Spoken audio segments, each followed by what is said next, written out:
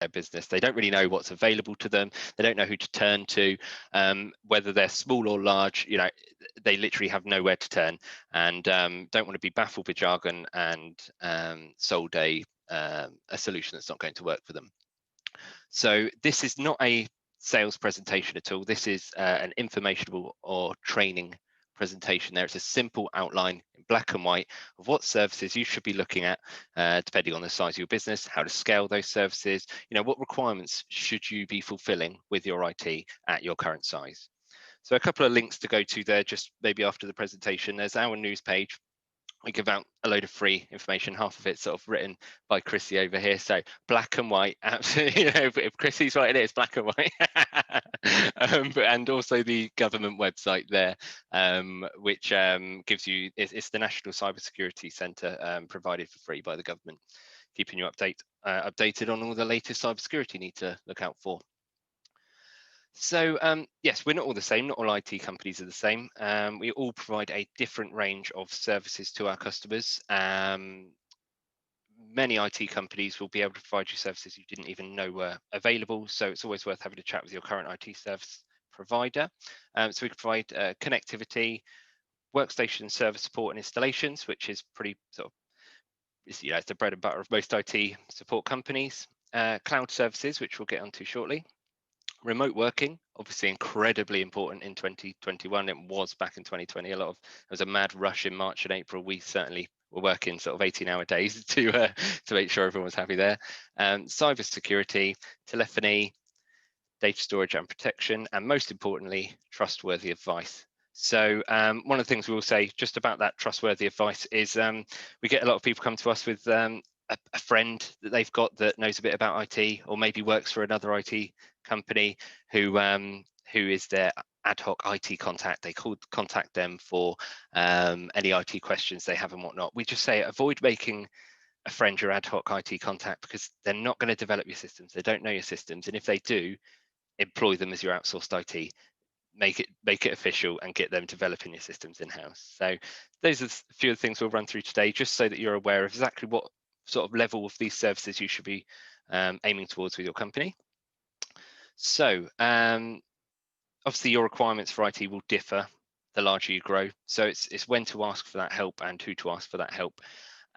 So for 1 to 4 users, we would say these are the base level IT systems that you want to have in place. So a subscribed piece of antivirus software. We say don't use free antivirus software. People need to be paid. Antivirus software needs to be updated, which means people's wage packets need to be filled. So the only way they're doing that or doing that well is with a piece of subscribed antivirus software. We like to recommend ESET. They do a fantastic solution. It's fairly well priced and really easy to install and run. It doesn't get in the way. It doesn't stop anything from running on your machine. Avoid public networks with your business systems. That's like Starbucks, Costa Coffee. Avoid those. It's incredibly easy to hack or get hold of your data on those networks. Use the Toothbrush Rule for all of your passwords. So this is treat your password like your toothbrush, change it regularly, pick a good one and never share it. So it's a really easy 3-point rule to follow when it comes to your passwords for your business. If you can't remember your passwords because you're using it or you're using a different password per website, there's a great free service called LastPass. You can have a paid for subscribed service with LastPass, which again we recommend, but only really if you're sharing passwords. It's a fantastic solution if you just want a place to store all your passwords.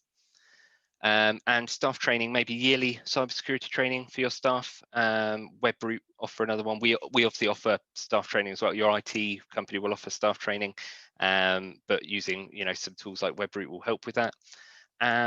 Secure your external sharing. Don't share files over email if you can help it. Try not to share files on USB sticks or things like that, because it's not a hugely secure system.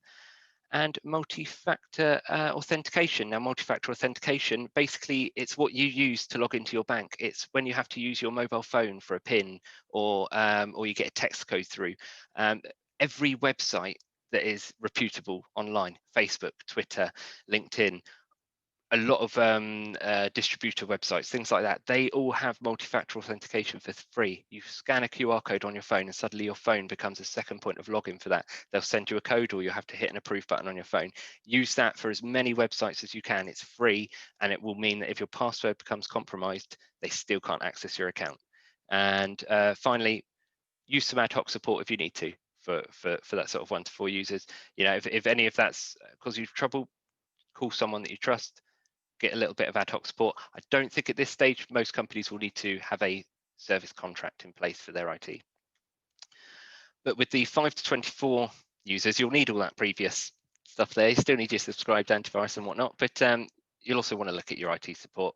The reason I say so is using a friend or using ad hoc support. Your systems aren't developed. I've lost count of the amount of times we've taken over a 20, 25 user company, and they've been stuck with IT systems that are still back in the mid to late 2000s, 2007, 2008, and unfortunately they just haven't progressed, just because they've been no one constantly developing and looking at that system. Look at a firewall for your systems. So a firewall just monitors all the traffic coming in and out of your business, and from that subscribed firewall with a subscription, we use WatchGuard, you can get web filtering and spam filtering. So web filtering being blocking those sites that you don't want your staff to have access to, maybe social media or gambling or something like that, and spam filtering, which is obviously protecting your email coming into the business. Spam phishing is the #1 cause of data breach in the UK. It costs millions and millions every year, and obviously to companies. So it's always good to have a decent spam filtering system there. Remote monitoring of your systems. So that's when a little program's installed on your computer, and that will let your IT company know if there are any problems on that machine. Really good for servers, because we can stop you getting downtime, or at least reduce downtime, so you can continue working.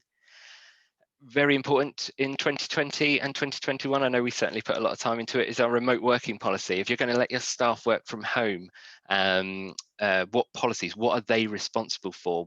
How do they need to work in order to protect your data? Make sure you've got a remote working policy, so that if any staff are in breach of any of your policy conditions there, then and they lose data, for example, then they are to be held accountable for that. And finally, disaster recovery, so that if anything does happen, then you're able to get all your data back. And again, we'll cover that in a little bit. And finally, the 25 plus users, all the previous requirements except your firewall high availability, basically a second firewall for your company, so that if the first one goes down or has a problem, you're still fully protected.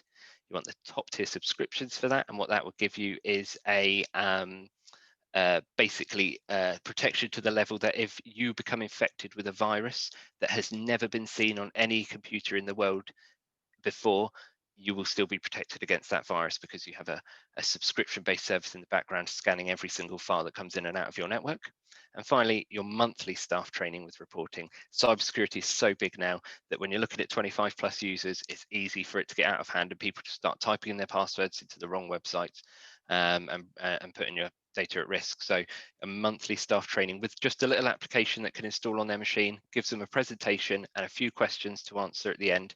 If a member of staff is answering a lot of those questions wrong repetitively, you'll get reported. That's a member of staff we need to pay a bit more attention to, and maybe give a little bit extra training. So yeah, these are when to ask for help, really, or what you should be aiming for with your IT for your level. So remote working, obviously this is massive in 2021 and was in 2020. It is critical at the moment. So what is available to you when you're working remotely, or for working remotely? Pretty much everything basically on that list. So if you want to access your data, you want to do instant messaging with either staff or external contacts, video meetings, obviously Zoom has become massive, or as we're on it now, telephony, obviously with the answer phone service there, you'll realize yourself with the Voip systems and telephony, you could be absolutely anywhere and still look like you're in the office on the phones. Remote control, maybe of your work computer. Inter-site connectivity, maybe connecting your home to the office for some application reasons, and employee tracking, which again, I mean, it's always a juicy one for us to get in the office here, but when people want to track what their staff have been up to while they've been working remotely, it's certainly something that could be sorted out when it comes to remote working. But yeah, what to look out for. So these are the risks really of your remote working. The first one, a massive one, the data loss and theft. If staff are taking USB sticks home to store their data, or laptops home, how easy is that to get stolen? How are they traveling with that? Are their kids using it for their games and things? And with a couple of clicks, are they going to delete a load of data? That sort of thing. So you've always got the risk of data loss and theft there. Cyber security, obviously, we've sort of covered that a little bit there. We'll go into it a little bit more, but it's making sure those home networks that people are using to access the data are fully protected. Employee productivity, we can use that employee tracking. We can use the firewall services to make sure people are only working on their systems. They're doing a good 8 hours a day. And the customer facing professionalism. So I don't know how many if you've seen it there, but a lot of those emails that come in sent from my iPhone instead of the old proper company signature, or maybe could you call my mobile because I'm working from home, that sort of thing. Customer facing professionalism is so important these days. If you're able to get people to contact your office number and still get through to you at home on your mobile or something like that, then that just makes your reputation, it upholds your reputation and professionalism there. So do you need IT support when it comes to these things? Unfortunately, yes, I would say so. To get the most out of it, to implement it properly and make sure you are secure and reduce the impact of having to work from home, keeping your professionalism up, I would say it's always worth giving your IT contact a call just to say, am I doing the right thing here, or what do you recommend I do here to get the most out of my employees when working remotely? So cybersecurity, like I said, it's a massive one, and it does vary depending on the size of your business. It is so important. I can't stress enough how important it is. We do yearly cybersecurity training for all of our contract customers, just because 95% of the breaches are caused by those users. When you hear about Facebook or Google getting hacked, generally it's not Facebook or Google getting hacked, it's somebody that's put their password into a site that isn't really Facebook and Google, and therefore given up their account. So yeah, 95% of breaches caused by users. Any size of business should have that multi-factor enabled that I mentioned before. Simple, free setup. You should have appropriate backups for your data in case anything goes wrong, and you should have password policies in place. So 8 letters minimum, or 8 characters minimum, 1 number, 1 capital, 1 lowercase, 1 symbol at least for each of those, and make sure you're following that toothbrush rule. As you scale and get larger, you should be looking at the appropriate hardware firewalls, as we've discussed before, hosted disaster recovery, so keeping your backup system in the cloud offsite, centralized update management, so that's keeping your systems up to date, keeping them away from vulnerabilities, your hosted email security, so keeping those phishing emails out, keeping your staff protected against any dodgy emails, and the regular training that we discussed before. Training is so key and important. So I know I'm flying through this. I know we've got 20 minutes, so I'm just making sure we get through it, and I can answer questions there. So the cloud here, it's utilized by businesses anywhere. Now, we get so many people come to us say, we've been advised not to go for a cloud solution where we're 50 users, we're 25 users, the cloud is too small for us, we need a server in-house. It's just incorrect, it's just wrong, and that's just businesses trying to sell you a £17,000 server. It's not correct, and everybody should be implementing at least some sections of the cloud into their business. So what is it? Basically, it's a range of services hosted on the internet. Microsoft provide a huge range of services on the internet. Like I say, you should be utilizing some of those, especially in 2020, 2021. So who could utilize it? Absolutely everyone. One user through to an infinite amount. We've got a system currently out in place for people, 500 users that are going to be utilizing certain sections of the cloud in varying degrees. So everybody should be utilizing it and can utilize it. And what services can be hosted by the cloud? Again, basically everything. So if you've got a server in your office that runs a particular application, and that comes to renewal because it's a 2008 server and it's old and slow, that could be moved into the cloud and people can access it from anywhere. Because it's on the internet, your office no longer becomes that central hub of communication. You no longer rely on your office internet connection. People can work from home and contact that from anywhere. So any size of company, any service, any system can be hosted in the cloud. So what benefits are coming from that? Cost is a huge benefit. You don't need to buy that £17,000 system. You might have £1,000 a month outgoing, but that's going to take a year and a half, and you're always on the most up-to-date system. management for your IT company and for yourselves if that system is better. Availability, you're pushing all that responsibility of that server being up onto a provider in the cloud. They're going to have 99.99% uptime. Availability isn't going to be a problem for you as long as you choose the right one. Backup and security, again, very important. You're pushing all of that onto a provider who is spending millions of pounds investing in their security systems to keep your system safe. So always, the benefits of the cloud are so huge that really servers are a dying breed unless there's a particular application that you require a server for. So disaster recovery and backup. What's the difference between disaster recovery and backup? A disaster recovery solution is a solution that covers you in the event of your office burning down, if you have got an in-house server, or even your remote servers becoming totally unavailable. It is an all-encompassing solution that will get you back online if a disaster were to happen.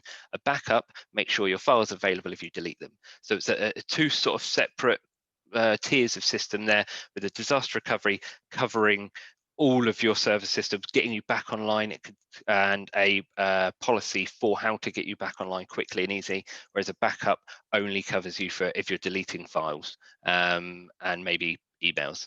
So really, as you scale, you should be looking at more a disaster recovery solution to make sure that you are able to restore your hosted services and your hosted servers in the event of a complete loss. And one thing we always say about the disaster recovery and sort of online backup systems is think more about restore and less about backup. If you're doing an online backup and you say, that's my business fine, then that's my business secure, what happens if your server does go?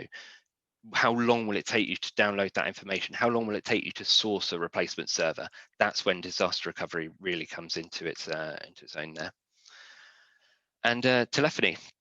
So basically, use Voip now is the solution there. If you don't know what Voip is, basically Voip is like Skype. You've probably made a Skype call in the past, or even a bit like this call here.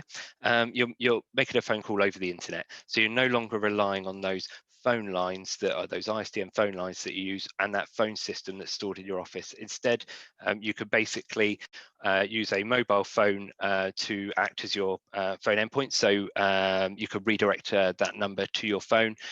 You can have an app on your computer, so your computer acts as your desk phone. You can have an app on your laptop, so you can take it home. You could take your desk phone home. Basically, it decentralizes your phone system, so you no longer have to be in the office to accept your phone calls and look like you're working from the office. It's also cheaper phone calls, and you can get your call recording, call monitoring, so you can keep track of your employees while they're answering their calls from home, make sure nobody's totally ignoring the phone when it rings. So everyone should be using that in 2021, really. And I think this is a second to last slide here, 2 minutes. So what we like to see as an IT company is a fast connection to a central office, regardless, this is the ideal IT setup, let's say. A fast connection to the central office location, if you have one. A hardware firewall, your Microsoft 365, which is your cloud services for email and data. Your managed antivirus, everybody should be having that, and your managed updates for Windows and other applications.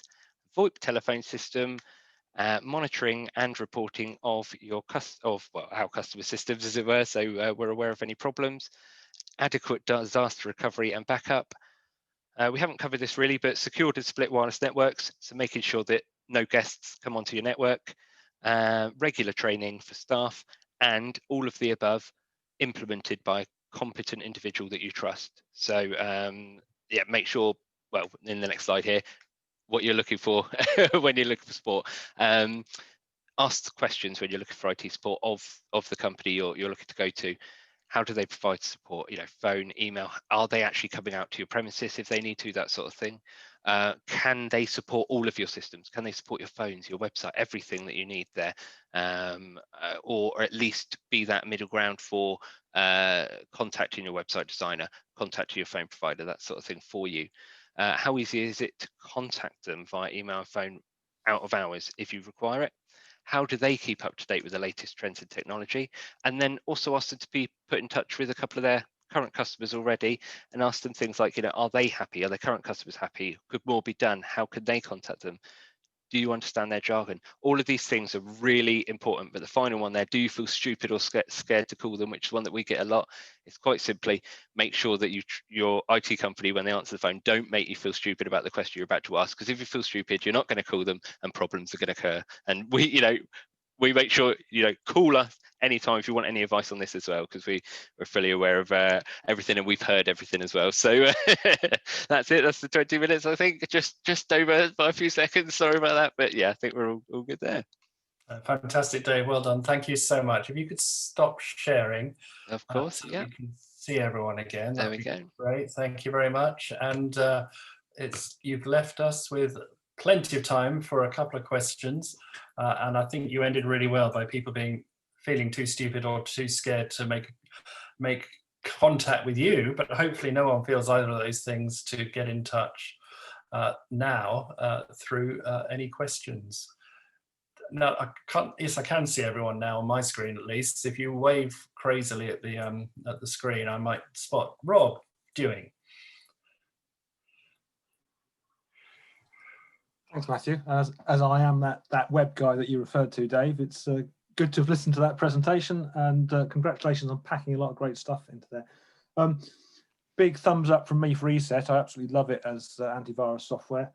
I have a question for you. I wonder what you were recommending as a backup solution for the small business end of that spectrum of companies that you showed.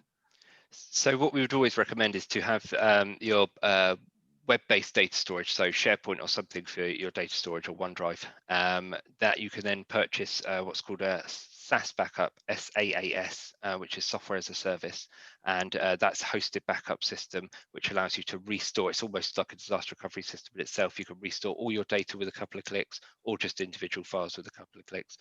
We utilize a service called Datto here, which is sort of a white label service that we provide out. It's a fantastic service, but also, there are others available out there. Altaro offer one as well. So yes, any SaaS backup is certainly a one to look at. That's what you need if you've got your hosted data. Thank you. Anyone else? While we have the expert sitting there waiting to be. Helen. Hi. Yeah, I just wanted to say any IT support for me is worth its absolute weight in gold. Unfortunately, I am sorted for my IT support, but I wish I'd seen your question, well, your sort of end summary beforehand, because I am that stupid person. I don't mind admitting to that and phoning up and asking all the stupid questions.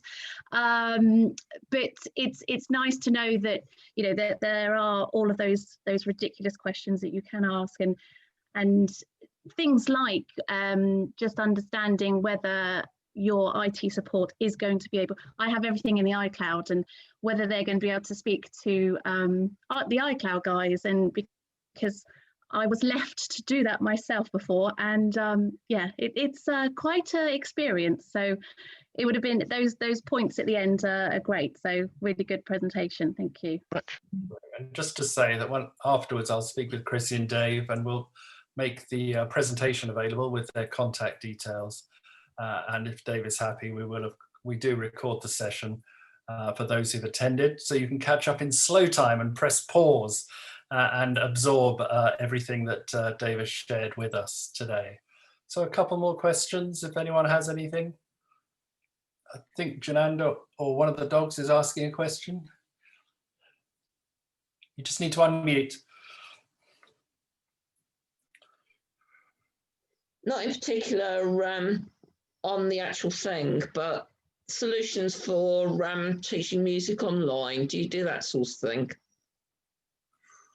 And specifically, I wouldn't say no. We wouldn't know of any solutions. So it's more the support. If you were to get a solution in, we'd be able to work with the provider to get it up for you. Okay. But in the sense, the interesting question is what are the different solutions for different businesses to take themselves online? There's so many of us have had to. It's hard for me to take my hotel online for you to come and stay, but so many of you, you are able to transfer a lot of what you do, and that's what's kept you going. So I'm sure there are all sorts of different ways and different platforms, and they're just the merits of Teams versus Zoom versus this, that, and the other, and so on. So lots more input for future business support hours, I'm sure. So anything else? Just maybe one more long question or two more short ones. I think we're, oh, there we go, Rob Barris, and then Rob Ewing. Yeah, hello. Yeah, great presentation. I'm intrigued about the VoIP thing, Dave. You know, and it wasn't that long ago. VoIP phone calls seem to be cutting in, dropping out. Is there a time when you say definitely have VoIP? And I'm an advocate of VoIP. I think it's fantastic. Or is there time to go stay clear of it because you're in a rural district, your internet's still on dial-up and etc. etc. Can't hear you, Dave. Sorry. Definitely, sorry about that. Definitely, if you haven't got the connectivity in place for VoIP, you need to have you don't necessarily need to have a decent one, you need to have a reliable connection, minimum really 30 megs per second. And if that keeps dropping, don't even try, that's for sure. So yes, for most businesses, we'd recommend if they are getting those sorts of dropping of their connection, they purchase what's called a lease line, which is a more stable and reliable fiber directly into their office rather than the copper lines coming in their office. When people say they've got fiber, generally they've still got copper lines coming into their office. They've just got fiber at the green box outside their premises. So, you know, getting away from that and onto a full fiber connection, then you're definitely sorted. Yeah, I mean, full fiber is being rolled out as we speak, but in the New Forest, it's going to take a little while, I think, but, you know. Most definitely. So we have a couple of hotels in the New Forest which we provide or have VoIP in there, or complete fiber rollout. It's not a cheap solution necessarily, depending on your location to get that there. It could cost 20 grand or something to get fiber to your premises. So yeah, it's not a cheap solution. You'd want to use it for everything, that's for sure, not just your phones. Thank you, Dave. Great, thanks a lot. I think Rob, you can sneak in with your final. Yes, just a quick question. Again, Dave, talking about the 4 to 5 person businesses, mentioned the terrible practice of carting data around on USB sticks. What would be your recommendation to avoid that? Is that going to come back to SharePoint again? Really is, yeah. SharePoint is such a fantastic solution. A lot of people purchase a Microsoft 365 license, which comes with like a terabyte of SharePoint storage with it. So there's really no reason not to have that shared to all of your members of staff on their laptops, just in the same way they would access a USB stick on their laptop. They just no longer need to carry around that USB stick. Alternatively, if you really want to share USB sticks, you can download something called Deslock. An ESET product, as you are aware of with ESET, they can encrypt at least your hard drives, not only your hard drives but your USB sticks, to make sure that if it was lost, they would need a super strong password to get into that information. Yeah, no, great, thanks a lot. And you know, it's we're being positive today and in our sessions in January, but everyone on the call needs to think about what if you lost everything that was on one of those devices. How would your business recover, survive, put it back, and so on? So it really is quite important. And Dave, thank you so much for taking us through so many things. And what always happens on these calls is that you're setting lots of thoughts going, and in a second, some people will be dashing and dealing with something that they hadn't thought of till you said it. Cybersecurity, absolutely. We try and keep people up to date, and I'm sure we can do something more on that with you again. And Chrissy, if there's anything else, you know, do just say. I mean, we're really grateful. We don't need to pack everything into 20 minutes. There are a lot of these sessions in a year, and I'm sure we'd welcome you both back as and when we can. Thanks, Chrissy. One advice I would give is make sure that you get the right advice from people that you trust.